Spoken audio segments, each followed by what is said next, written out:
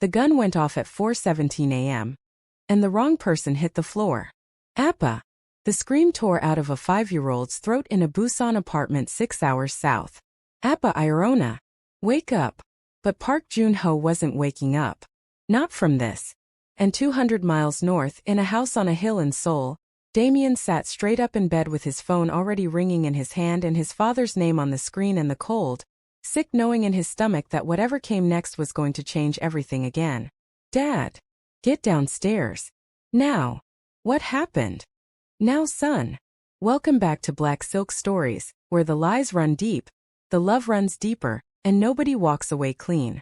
Subscribe, drop a comment, and stay till the end. You are not ready for how this finishes. Damien took the stairs 2 at a time in bare feet. His father was already in the living room, fully dressed, phone pressed to his ear, jaw locked. Vanessa stood beside him with her laptop open on the coffee table, 3 video feeds running at once, her face the calmest thing in the room and somehow the most alarming. Sit down, Damien, Anderson Sr. said without looking up. Tell me what's happening. Sit down. Damien sat. Vanessa turned the laptop toward him. The footage was grainy security camera quality, timestamped 17 minutes ago. A narrow hallway. A door. Park Joon-ho being walked, not dragged, walked between 2 of Vanessa's men toward a waiting car. He looked tired, cuffed at the wrists, compliant. Then, from off-screen, a flash of motion. A woman in a black coat. Hood up. She crossed the frame in less than 2 seconds. Raised something. Fired twice. Park Joon-ho dropped. One of Vanessa's men dropped beside him, clutching his thigh. The woman was gone before the second guard could turn around. The footage cut. Damien stared at the frozen frame. Who? We don't have a face yet, Vanessa said. Hood. Mask. Gloves. Professional. In and out in 9 seconds. Is Park dead at the scene? My man took one in the leg.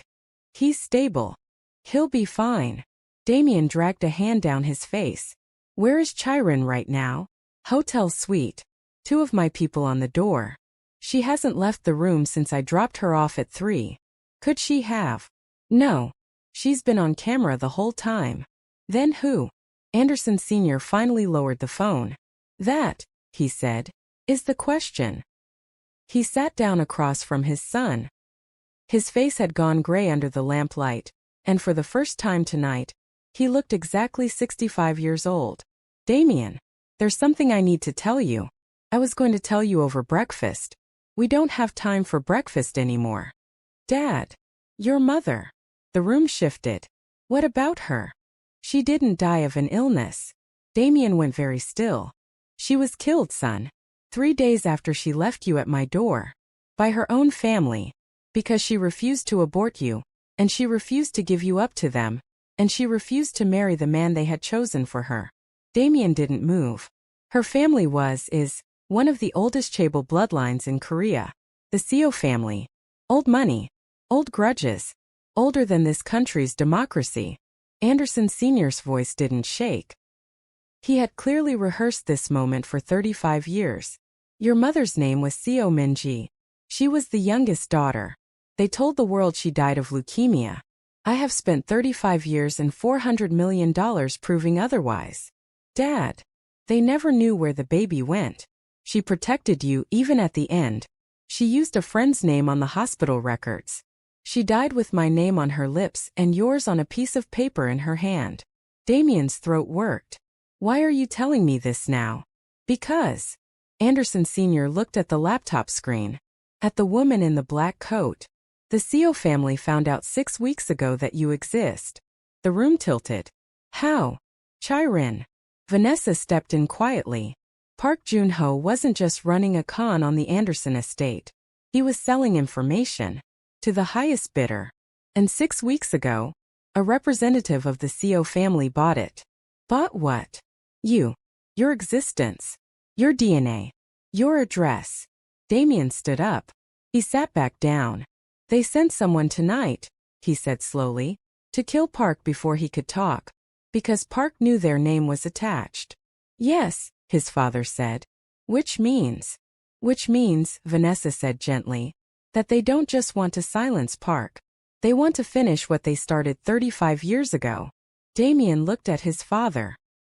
His father looked back at him with 35 years of grief and rage carefully folded behind his eyes. They killed your mother for choosing you, Anderson Sr. said. I am 65 years old. I have one son. I will not bury him. Damien took a slow breath. What do we do? Vanessa closed the laptop. We stop hiding, she said. And we go meet them. At 6 a.m., the sun came up over Seoul gray and slow, and a black SUV pulled up to the front of the Latte Hotel where Chron had been deposited 4 hours earlier. She was already in the lobby. Suitcase by her feet. Sunglasses on indoors. Lipstick perfect. She had been crying. Real crying this time. Vanessa could tell from 20 feet away. Get in the car, Chron. Where are we going? You're going to help us. And then you're going to disappear. That was the deal. My son is fine. He's with his grandmother. He's safe. He doesn't know about his father yet. Chron's hand went to her mouth. Junho is really. Yes. They killed him. Yes. Because of me. Vanessa didn't answer. Chron lowered the sunglasses. Her eyes were red and swollen and, for once, completely unperformed. I didn't love him either, she whispered. Junho. I want you to know that. I didn't love anyone. That was the problem. That was always the problem. Vanessa held the car door open. Get in, Chron. She got in. The SUV pulled away from the hotel.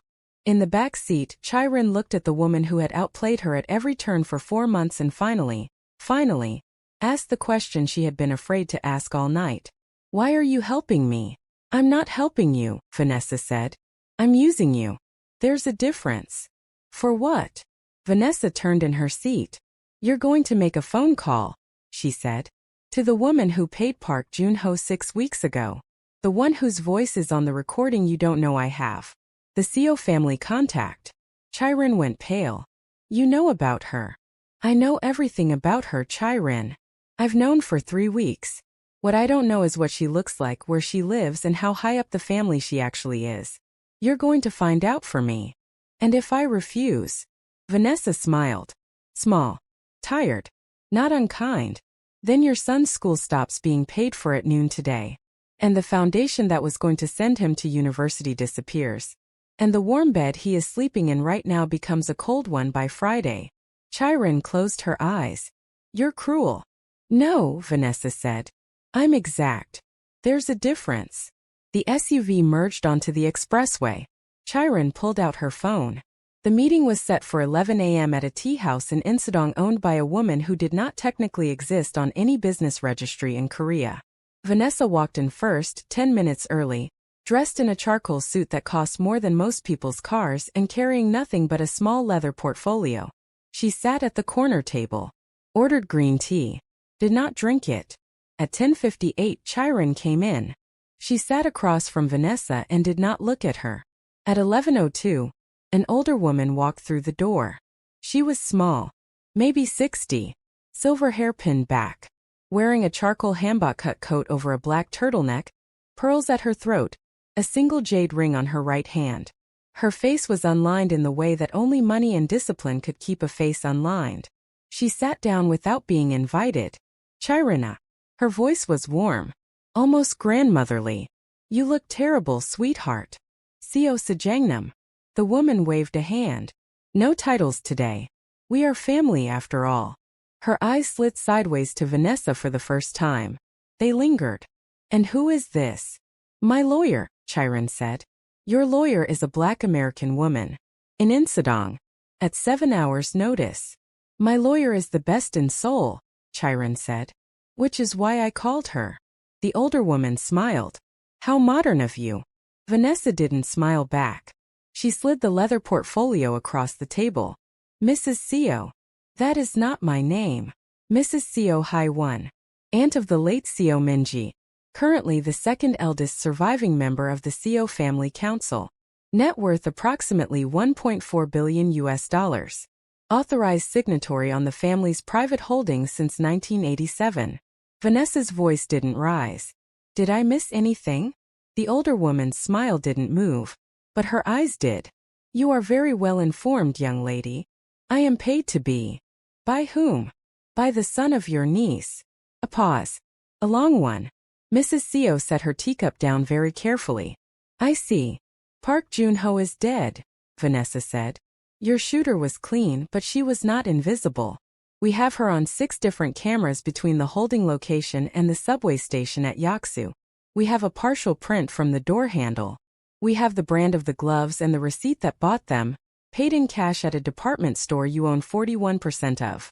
Mrs. Seo's hand was very still on the teacup. What do you want? I want you to listen.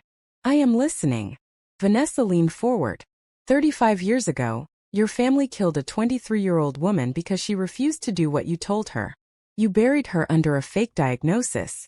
You stole her body before her lover could see her one last time. You spent 3 decades pretending the child she died protecting did not exist. 6 weeks ago you found out he did. And instead of reaching out, instead of acknowledging him, instead of doing one decent thing to honor your own niece, you bought information about him from a con man so you could finish what you started. You don't know what you're.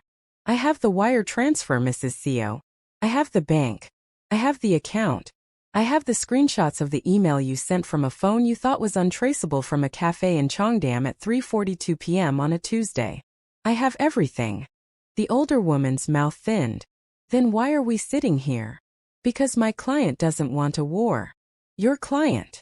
Anderson Damien Jr., your great-nephew, the only living blood relative of Seo Min-ji, the legal heir, under Korean inheritance law, to a 13% stake in Seo Holdings that has been quietly held in escrow since his mother's death, because somebody on your family council knew, even then, that what you did to her was wrong.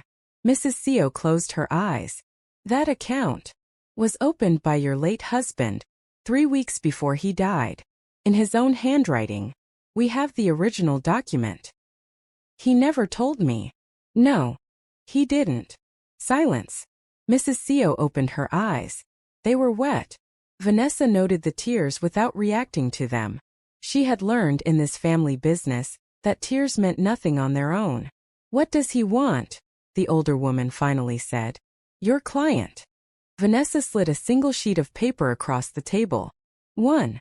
A public acknowledgement filed with the family registry that he is the son of Seo Min-ji, born March 4, 35 years ago.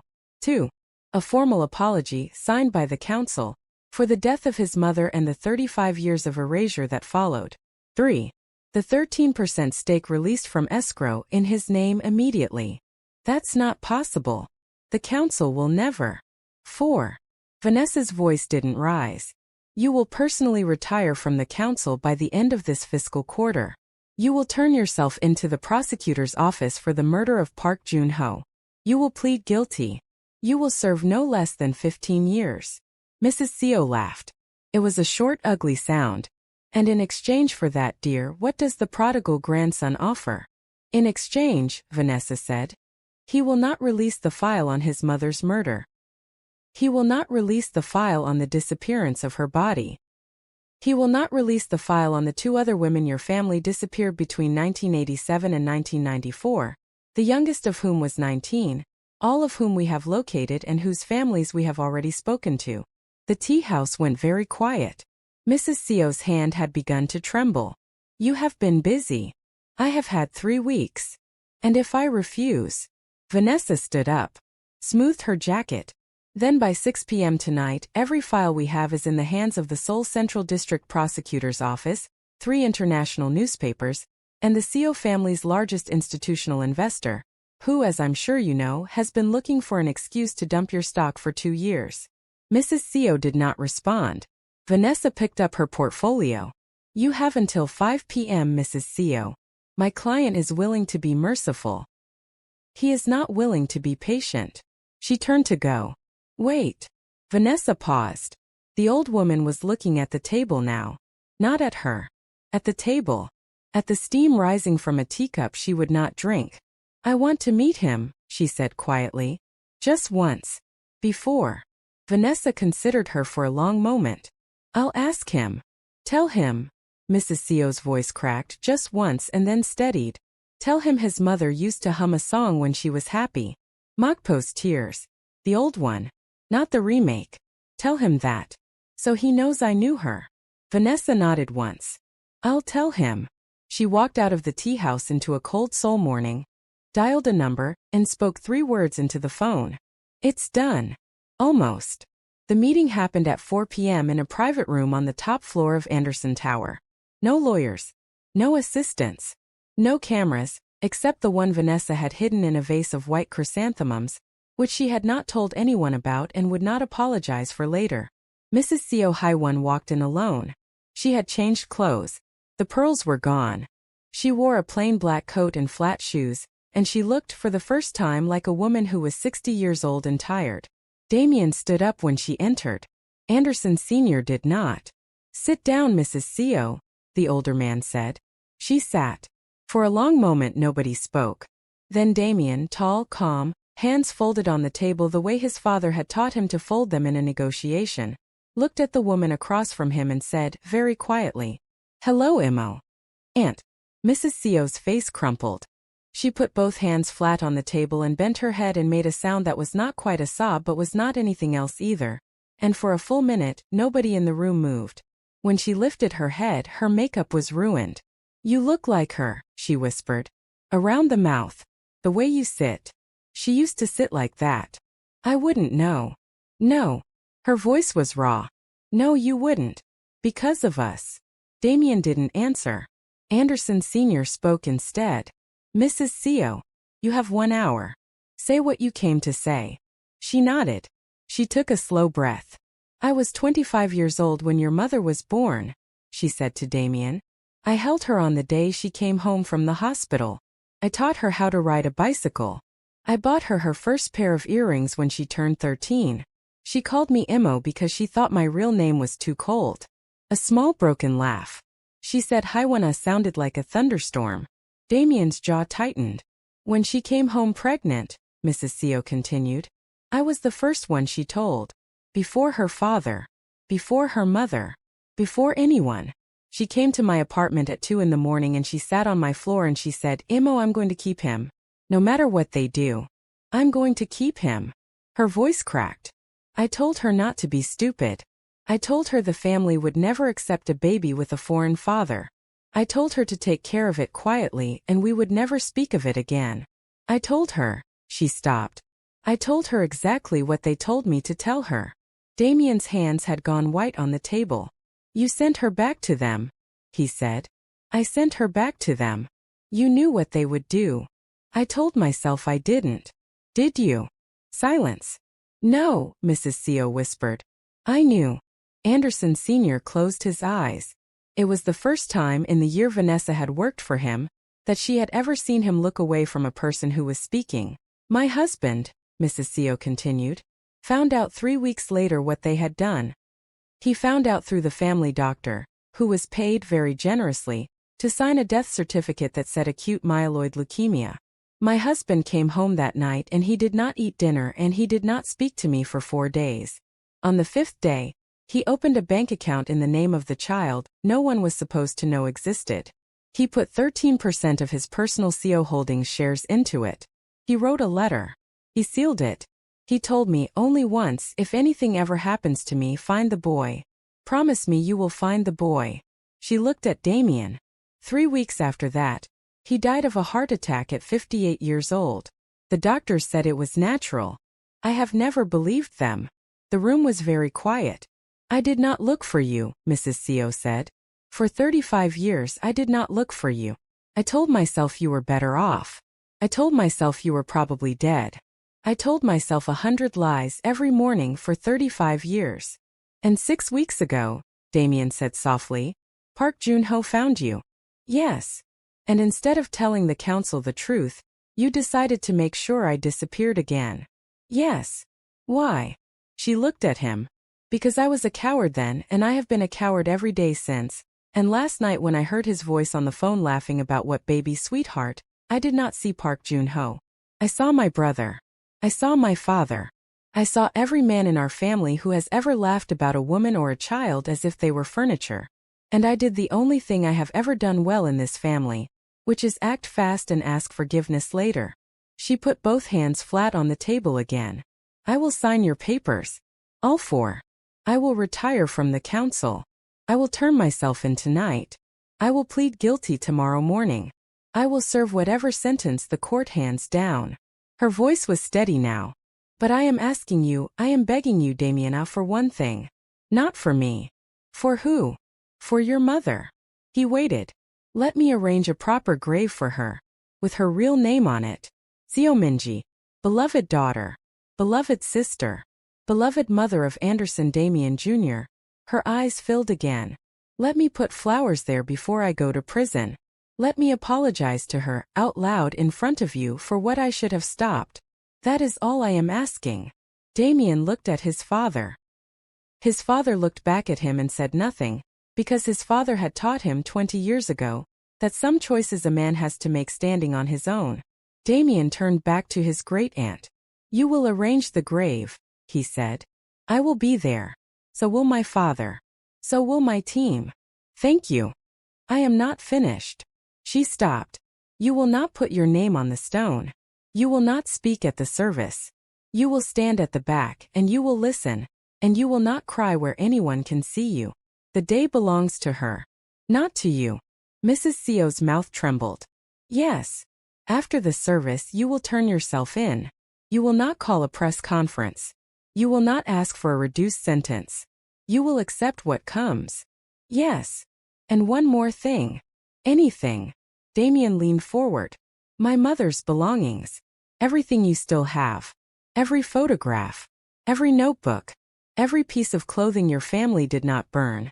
I want all of it. By tomorrow morning. In a box. Hand-delivered to this office. A pause. I want to know who she was, Damien said quietly. Before they made her a story. Mrs. Seo's tears finally fell. You'll have all of it. She stood up. Bowed deeply. Lower than her age and station should have allowed. She walked to the door. She paused with her hand on the handle. Damiana. Yes. Mokpo's tears. Her voice was very soft. She used to hum it when she was happy. The old version. Sometimes when I am very tired I still hear it. She did not wait for him to answer. She left. The door clicked shut.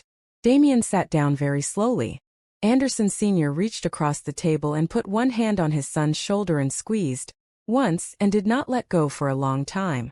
That night, Chron signed the last of her papers in a small office in Gangnam, in front of a notary, with Vanessa standing in the corner with her arms folded.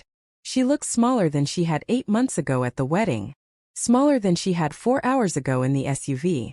Smaller than Vanessa had ever expected a woman like her to look. Where will you go? Vanessa asked when the last signature was dry. Busan. To your son. Yes. And then? Chron didn't answer for a moment. I don't know, she said finally. I have never done anything that wasn't a lie. I'm 31 years old and I do not know how to do anything that is not a lie. I have to learn. Vanessa watched her. Chron. Your son is 5. He has time. Don't waste it. Chron looked up. Why are you being kind to me? Vanessa shrugged very slightly. Because somebody was kind to me once. When they didn't have to be. She paused. And because your son didn't choose his mother. You did. So make sure he doesn't regret it. Chron nodded. She stood up. She picked up her one bag. At the door she stopped. Tell Damien. She stopped. No. Don't tell him anything. He doesn't need anything from me. Not even an apology. She walked out. Vanessa watched her go through the office window. A taxi was waiting. The driver helped her with the bag. She got in. She did not look back. Vanessa pulled out her phone. She's gone. For real this time. The reply came in 15 seconds. Come home, Vanessa. She smiled at the word home without quite meaning to, and she tucked the phone into her coat, and she went to find her car. The funeral happened on a Tuesday. It was small, private, held at a quiet hillside cemetery outside the city, where the ginkgo trees were just starting to turn gold. The new headstone was simple gray granite. Seo Minjae, beloved daughter. Beloved mother. Mother of Anderson Damien Jr. She chose him. He chose her back. Damien stood in front of it for a long time. Anderson Sr. stood beside him, one hand on his shoulder. Vanessa stood 3 steps behind them, in a black coat, holding a bouquet of white chrysanthemums she had picked herself that morning from a flower market in Hongdae. At the back of the small gathering alone, Mrs. Seo stood with her head bowed and her hands clasped, and she did not cry where anyone could see her, exactly as she had been told. After the service, she turned herself into the Seoul Central District Prosecutor's office at 4 p.m. She was sentenced 8 weeks later to 17 years. She did not appeal. 6 months passed. The Seo family stake was released from escrow. Damien did not take the seat on the council. He sold the shares back to the family at a fair price, took the money, and used every one of it to start a foundation in his mother's name for unmarried mothers in Korea who had been threatened, abandoned, or erased by powerful families. The foundation was called Minji's House. Vanessa ran the security. Mi-suk, the maid who turned out to have a very good head for numbers, went back to school on a foundation scholarship and 2 years later, would become its youngest case officer. Park Joon-ho's son grew up in Busan with his grandmother, in a warm apartment in a good school, in clothes that always fit, paid for by a foundation that did not have his father's name or his mother's name on any of its paperwork. He was told when he was old enough that his school fees came from a kind stranger who had loved his great-aunt a long time ago. He grew up believing in kind strangers. That, in the end, was the part of the story Anderson Sr. cared most about. Chron sent one letter a year later to the foundation. Not to Damien. To the foundation. It was 3 sentences long. I am working as a translator now. My son is in 2nd grade. I am not lying anymore. See. Vanessa read it once, filed it, and never showed it to Damien. Some things she decided a man did not need to carry. On a cold night in November, almost exactly 1 year after the night Damien came home unannounced, he and Vanessa sat on the back terrace of the house on the hill in Seoul. The same house. Different furniture. New rugs. The crystal vase Chron had broken had not been replaced. They were drinking tea. Not whiskey. Not wine. Tea. Vanessa. Can I ask you something? You can ask. That night. The first night. When you watched me in the closet. Through the mirror. Yes. What did you think of me? She considered him for a long moment over the rim of her cup. Honestly. I thought you were a man who had been lied to for so long. He had started lying to himself just to survive it. And I thought if he ever stops, if he ever finds the bottom of it and stops, he is going to be one of the rare ones. One of the rare what? One of the rare men who comes out of something like this softer instead of harder. He was quiet. And did I? Did you what? Come out softer. She set her tea down. She looked at him for a long, careful moment. Yes, she said. You did. He nodded once. He looked out over the city. The lights of Seoul spreading down the hill in every direction, gold and white and endless. Vanessa. I am not going to ask you anything tonight. Okay. I am not going to ask you for a year. Maybe 2. I have a lot to learn first. About my mother. About my father. About myself. About what kind of man I want to be on the other side of all this. Okay. But after that. She turned her head slightly, watching him. After that, he said, I am going to ask you something. And I want you to know now that when I do, it will not be because I am lonely.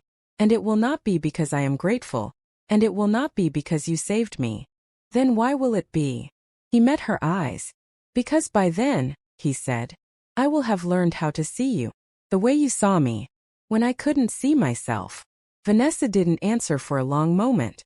Then she picked up her tea, took a small sip and said, very quietly, very evenly, the way she said all the most important things in her life. I'll wait.